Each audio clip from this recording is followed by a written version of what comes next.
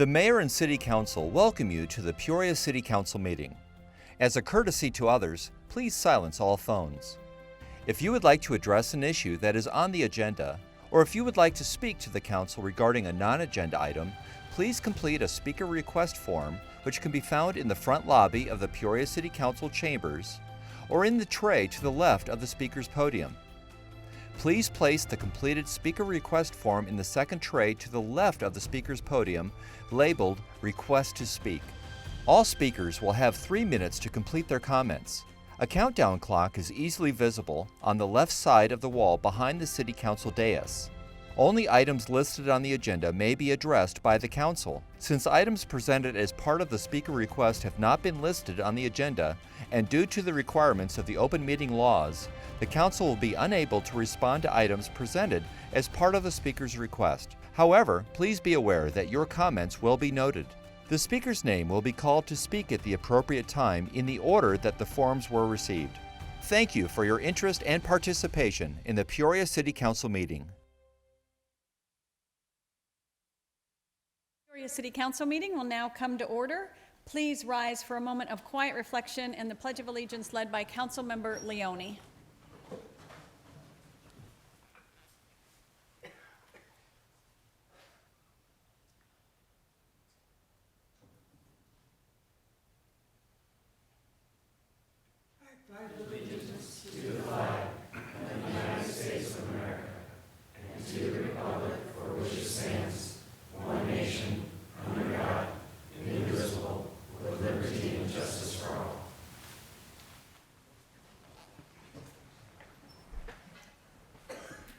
Would the clerk please call the roll? Mayor Carlott. Here. Vice Mayor Edwards. Here. Councilmember Binsbacher. Here. Councilmember Patena. Here. Councilmember Finn. Here. Councilmember Hunt. Here. Councilmember Leone. Here. Council Liaison Bowden. Here. And Council Liaison Camacho. Here. Good evening and welcome to the Peoria City Council meeting of January 5th, 2016. Welcome to 2016.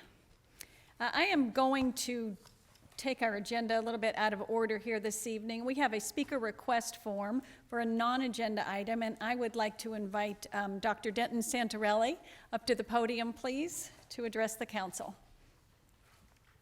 Thank you, Mayor, members of the council, Manager Swinson, certainly the students here that are representing us very well. I appreciate the opportunity, and I'm probably a little remiss in being here to tell you how much I and we as a Peoria Unified School District appreciate the support that we receive from the city. I can tell you that from my conversations from every member that I have interactions with the city, they are always of the notion of how can we continue to partner better and make things better for students and our citizens. I know that starts at the very top with city manager and is reflected through the mayor and certainly all of you. And I also know that that doesn't happen by accident. We are so remarkably fortunate in the Peoria Unified School District to enjoy the kind of relationship that we have with the city of Peoria. We're better for it. Our students and families are better for it. And I wanted to tell you how much I appreciate it. And I could spend a lot of time, and I won't do so tonight because I know you're all very busy, but as we start a new year, I wanted to start off on that note, that thank you. And I can't tell you how much we benefit from what you do to help us be better as a district, challenge us to be better, support us in areas where we need the support, and continue to partner with us in ways that have never been done before. You're a model for other city governments, not just in the state, but across the country. So with that, Mayor, thank you for the opportunity. Thank you for always being there, and certainly thank you for the things that are happening throughout the city. Thank you. Thank you for coming. It was very kind of you. We so enjoy those kind words. It's a great way to start the year. And I would very much like to stay for the rest of the meeting because I know the Student Bill of Rights is on, but we do have another meeting going on at Liberty High School that I have to get to. So thank you for moving me forward, and enjoy the rest of 2016. Good night. Okay, we will move on now to our consent agenda. Council, are there any items to be removed from consent? Yes. Councilmember Finn? Yes, I wanted to pull, make sure I get the right one here. I believe it's number 4. I would like to pull, please. Thank you. So we have a motion, or we have item number 4 removed from consent. Is there a motion to approve consent with the exception of this item? So moved. Second. All right, council, please vote.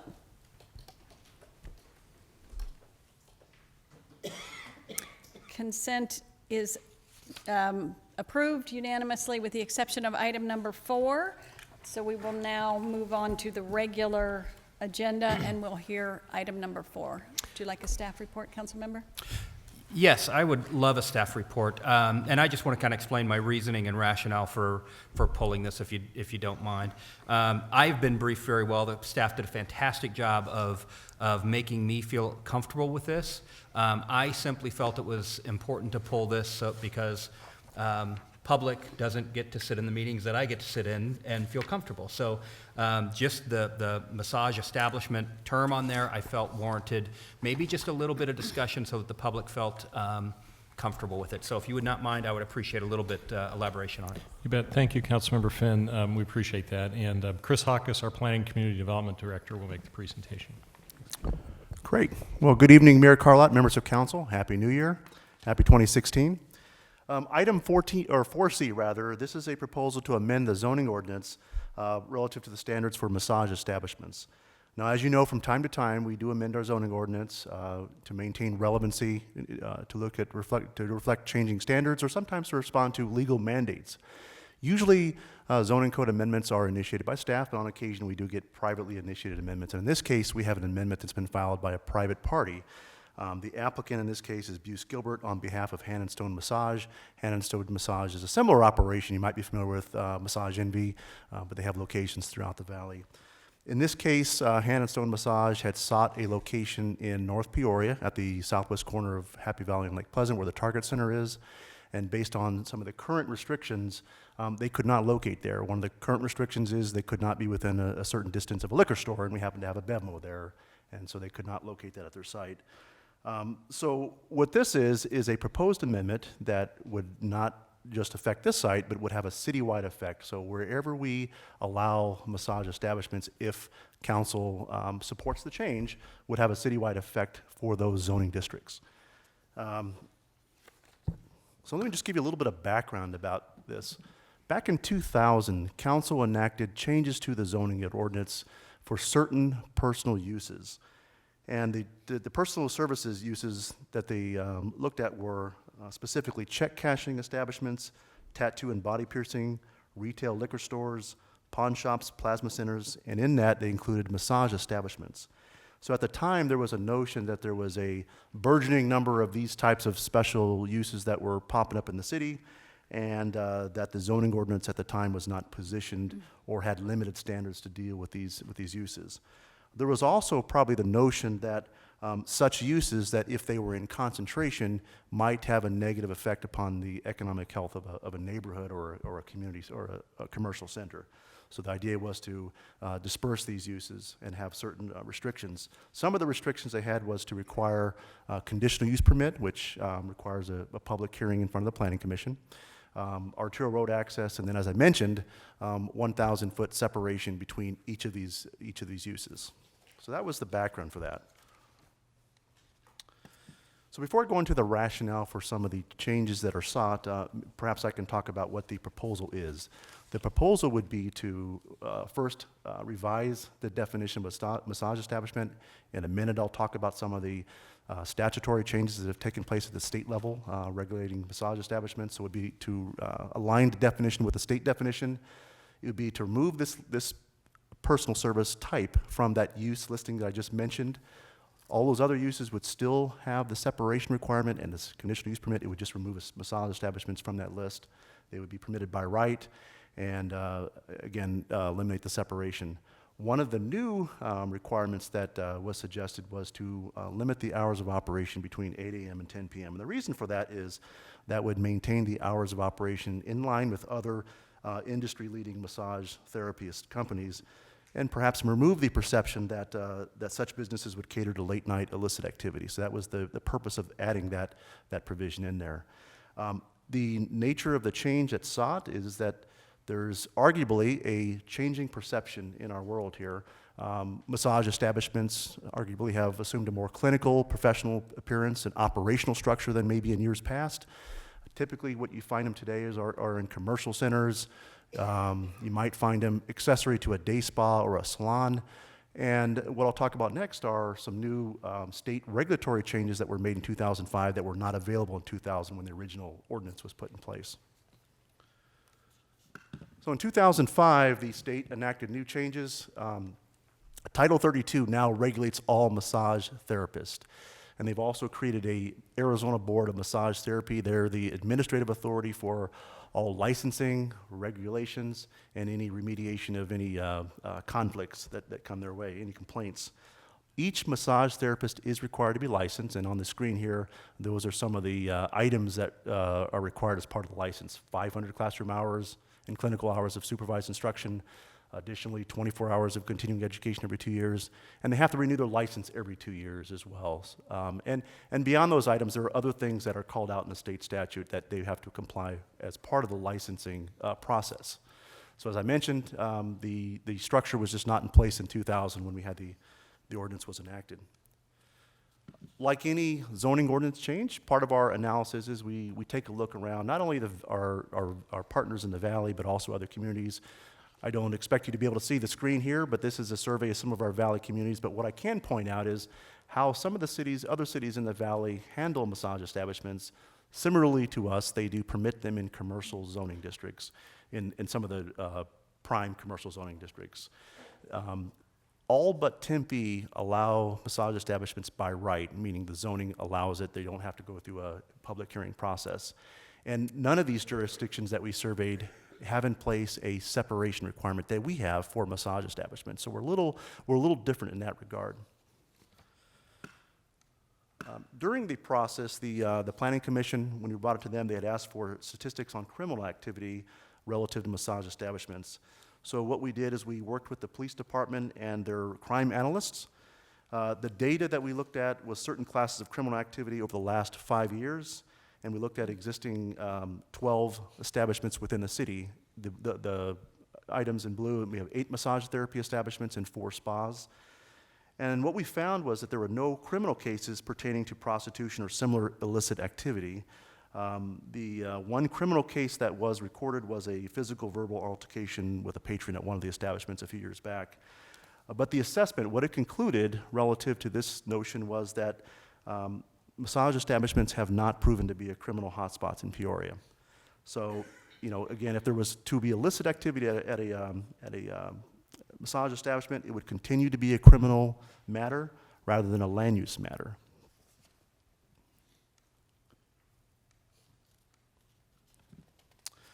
Now, during the process, we did receive one letter from an existing massage business owner that was not happy that potentially future businesses would not be subject to the same limitations they had, but they, there were no negative comments based on the type of regulatory change that was sought. It went to the Planning Commission twice. We had a study session that we held on October 15th. That was followed up by a full public hearing on December 3rd. There were no speakers present. We had some great conversation with the commission. Ultimately, the commission voted unanimously to recommend approval to the City Council for the change. I won't read you the key findings that are in your staff report, but based on the findings in the staff report, staff is recommending that the council concur with the Planning and Zoning Commission to approve the proposed amendment as presented. And with that, I'll be happy to take any questions. Thank you. Council, do you have any questions for Mr. Hawkes?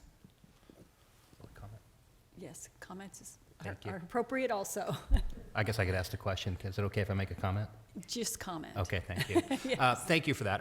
I don't have an opposition to it. I just simply wanted to get a little bit more information out in front of the public because, sometimes you look at other cities and what they allow to go on in their city, and I wanted to make sure that perception was not that we were going down that path. So I very much appreciate you taking the time to kind of expand on this and give us a little bit more information. So thank you very much. I appreciate it.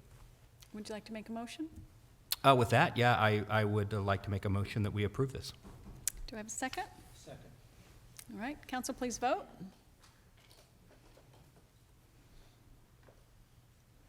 And item 4 passes unanimously. Thank you. All right, we will now move on to new business. The next item is 17R, election of vice mayor. I'm going to read a little bit of reasoning and instructions here. Pursuant to Article 2, Section 8 of the Peoria City Charter, the City Council shall designate one of its members as vice mayor, who shall serve in such capacity at the pleasure of the council. The vice mayor shall perform the duties of the mayor during his or her absence or disability.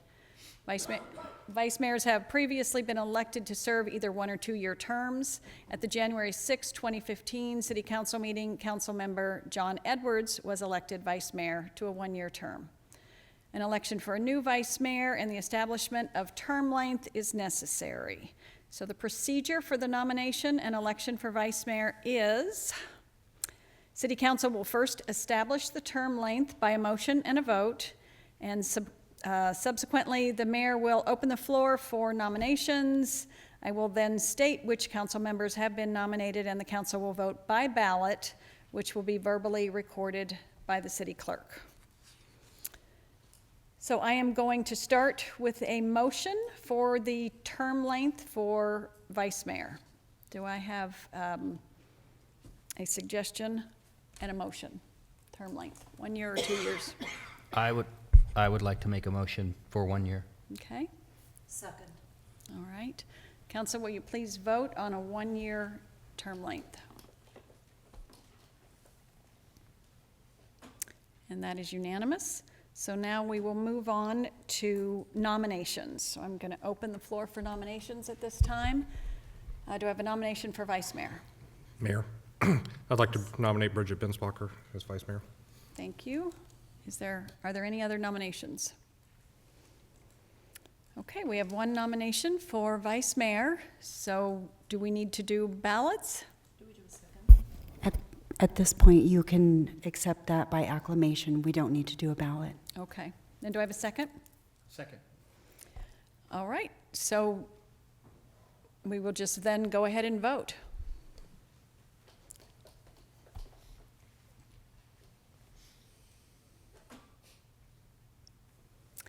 Well, Councilmember Binsbacher has been voted unanimously by the council to become the next vice mayor. And congratulations. And I would like to thank Councilmember John Edwards. He has been the vice mayor for this entire year, and it's been a very, very busy and full and exciting year. So thank you very much for all of the help and all of your service to the city council. It's really been appreciated. All right, and so now we are going to move on with that same procedure for Mayor Pro Tem. This is item 18R. The mayor pro tem shall perform the duties of the mayor in the absence or disability of both the mayor and the vice mayor. So at the January 6th, 2015 City Council meeting, Councilmember Bill Patena was elected mayor pro tem to a 1-year term. So an election for a new mayor pro tem and the establishment of term length is necessary. So the procedure will be the same. City Council will first establish the term length by a motion and a vote, and then I will open the floor for nominations. I will state which council members have been nominated, and then the council will vote by ballot if necessary, or by just regular vote. So we will start with the term. Yes? I move that we set a one-year limit, term limit, on the mayor pro tem. Okay, thank you. Second? Second. All right, council, please vote. And 1-year term limit passes unanimously. So I now will open the floor for nominations for Mayor Pro Tem. Mayor, Yes? I'd like to nominate Councilmember John Edwards for Mayor Pro Tem. Okay, thank you. Second. All right, we have a motion and a second and one nomination. I'd like to make a motion, Michael Finn. Thank you. Okay, so now we will need ballots.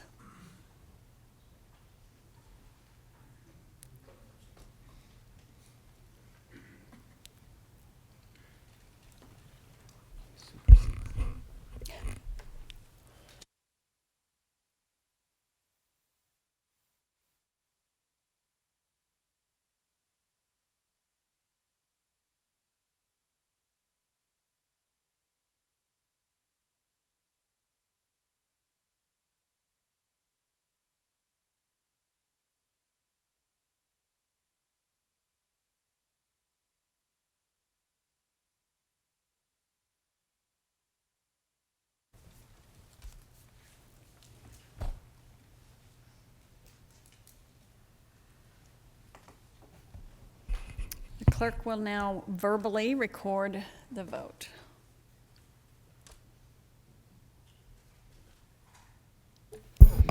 Councilmember Leone voted for Michael Finn.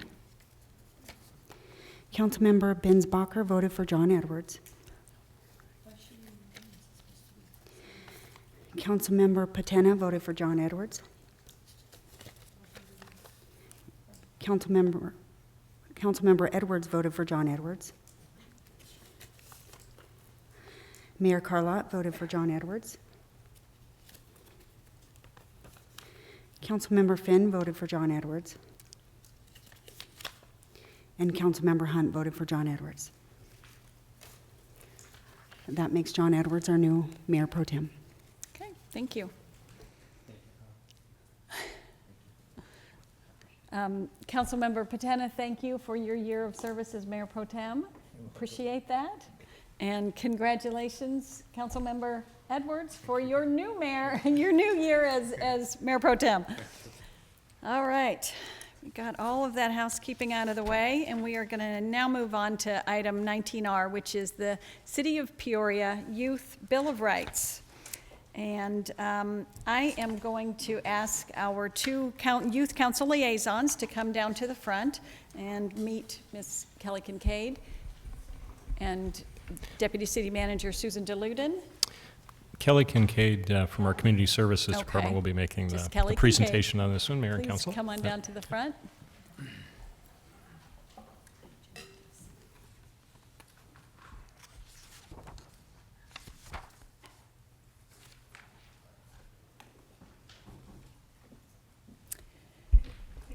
Please.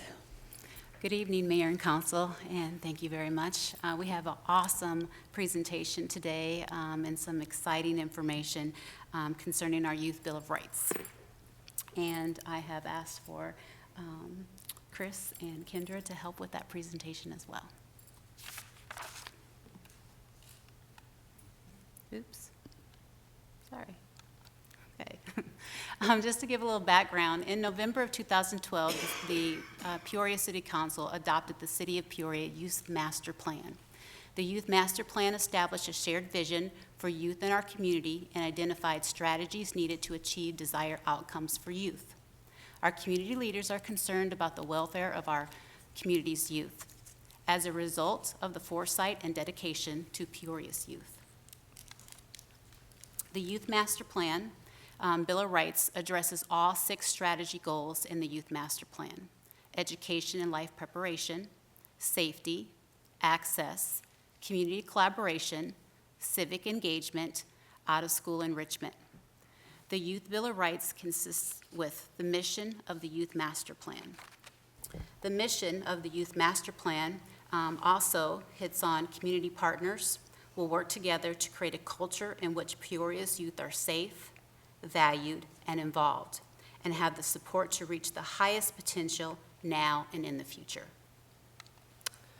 Drafted by the Youth Advisory Board, the Youth Bill of Rights is a symbol of the values, the aspirations, and dreams of the youth in our community.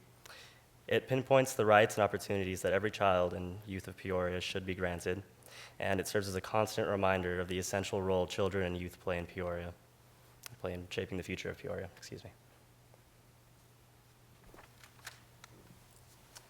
So the City of Peoria Youth Bill of Rights states that youth should have the opportunity to have a voice. The youth of Peoria shall have the right to speak and be heard when matters affect them. Equal access. The youth of Peoria shall have access to nutritious food, shelter, clothing, health care, transportation, and a healthy attachment to a caring and positive adult role model. They should have the right to equal opportunities.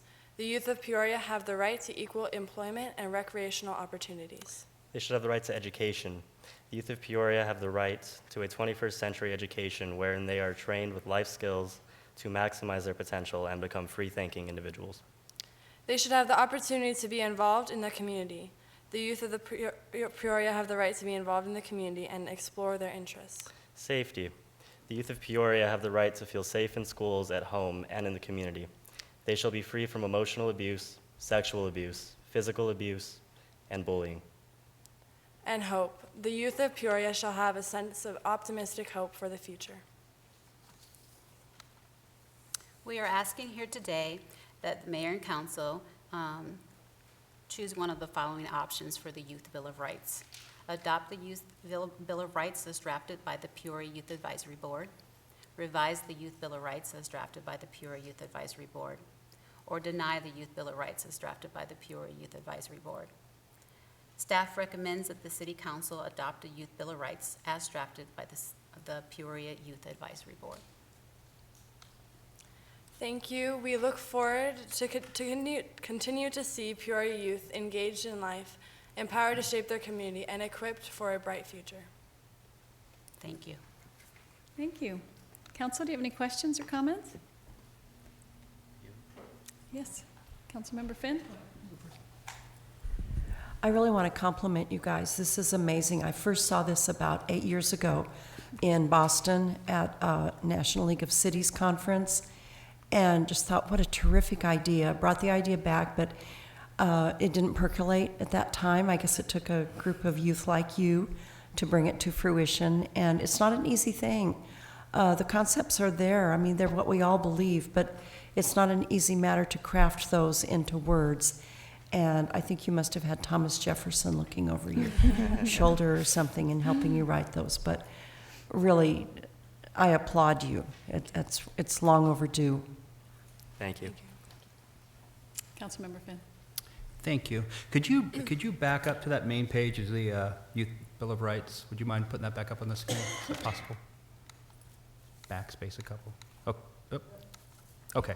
So I think my comments here really, I think every child in the entire country should be able to live with these items that you've listed here.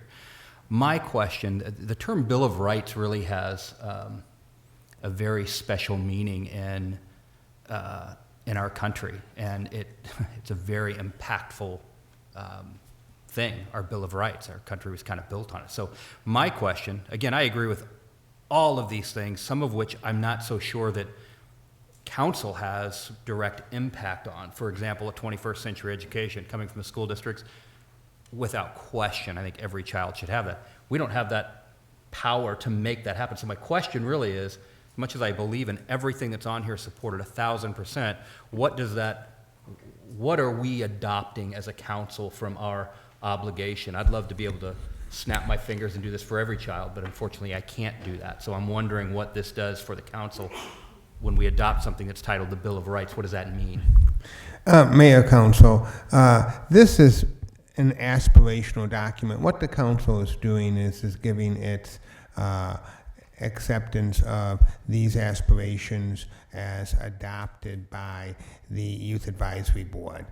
Sometimes we think of Bill of Rights more in the constitutional lawyer context, such as the first 10 amendments to the Constitution. Those are much different from this context in terms of the language. This is truly an aspirational document where the council is simply giving its acknowledgement to these aspirations as things that the council generally supports and accepts. But in terms of it creating legal mandates, no. There are legal mandates on some of these items like equal opportunity, but they're independent of this. Okay, thank you very much. I appreciate that. And again, Bill of Rights just has such an incredibly powerful meaning to most people in this country. I just want to make sure that I had a good clarification of what exactly we were adopting and the obligation for the council. I supported 100%. I think every child in every city, every county across the entire country should have this exact same thing. So, thank you.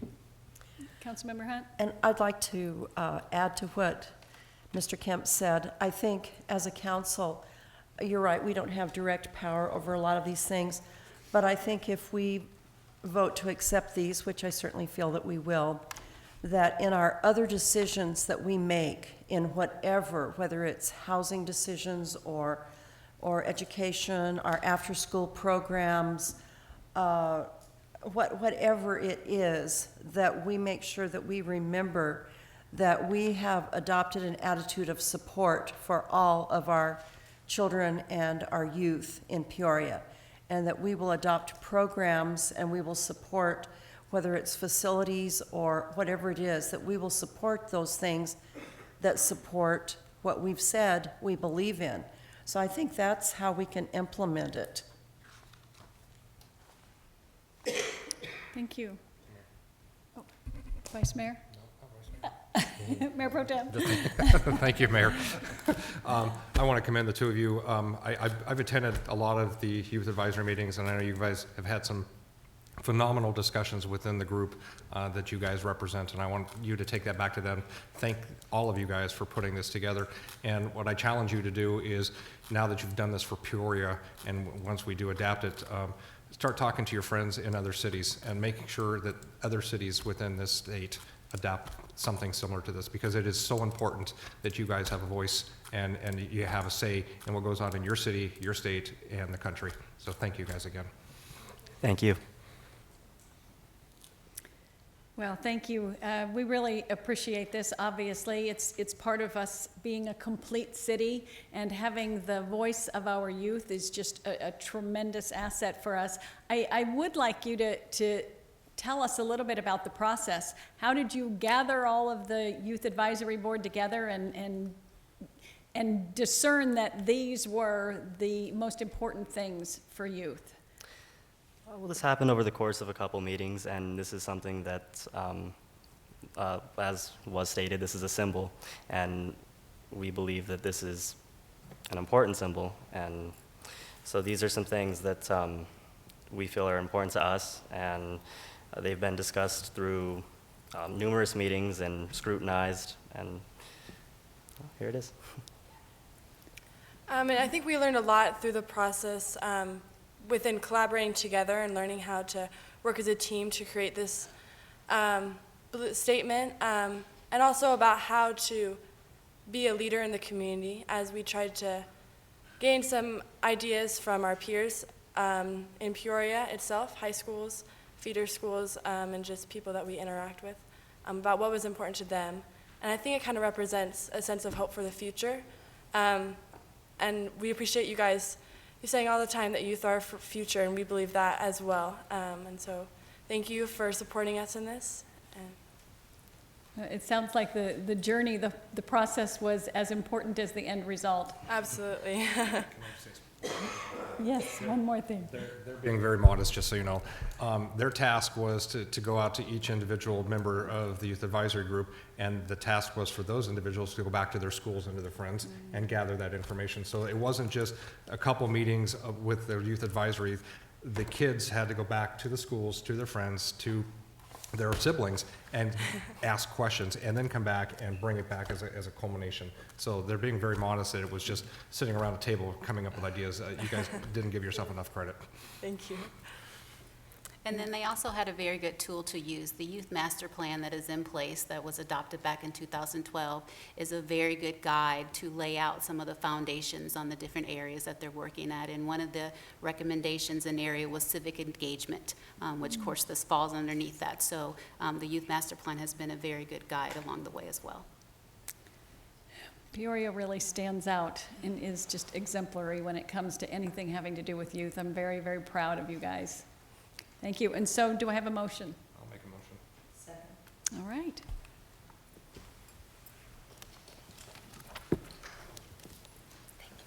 Thank you.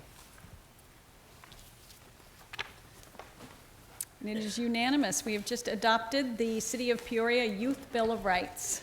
Thank you. All right, next item on the agenda is call to the public for non-agenda items. I do not have any requests from the public to speak. So we'll move on to reports from City Manager. Thank you, Mayor Carlett. Just one report this evening, and Kelly Kincaid will come back down and make that presentation, and it's about our celebration of Martin Luther King Day next week.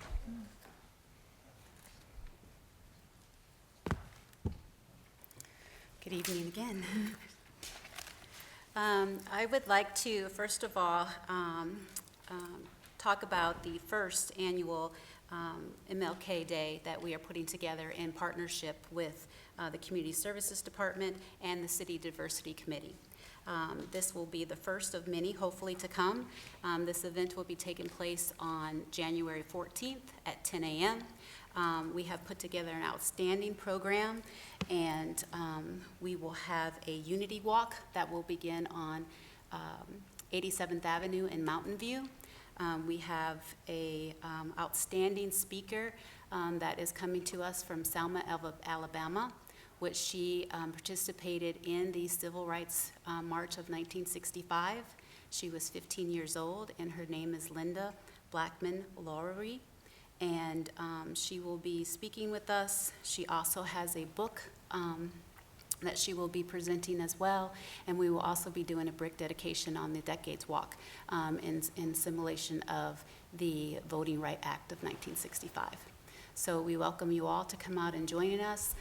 The mayor will welcome and introduce our speaker on the 14th at 10:30 in the morning, and the program starts at 10 o'clock. Thank you. It's going to be very exciting. Thank you, Kelly, and that's all I have this evening. Thank you. So we will move on to reports from Youth Council Liaison Bowden. Thank you, Mayor. It might be kind of obvious, my first. I'm very happy about the Youth Bill of Rights, and thank you guys for your support and your feedback. I'm very proud to be in a city that supports youth and their endeavors and their future. Congratulations to Vice Mayor Binsbacher and Mayor Pro Tem John Edwards. I think 2016 is going to be a great year for Peoria, so I wish you all a Happy New Year. Thank you. Thank you. Vice Mayor Binsbacher. Happy New Year, everyone. Thank you, Mayor. I thank you for the opportunity to serve as Vice Mayor. I appreciate the support of all of the mayor and council, and I look forward to serving in that capacity. It's a tremendous opportunity. Thank you.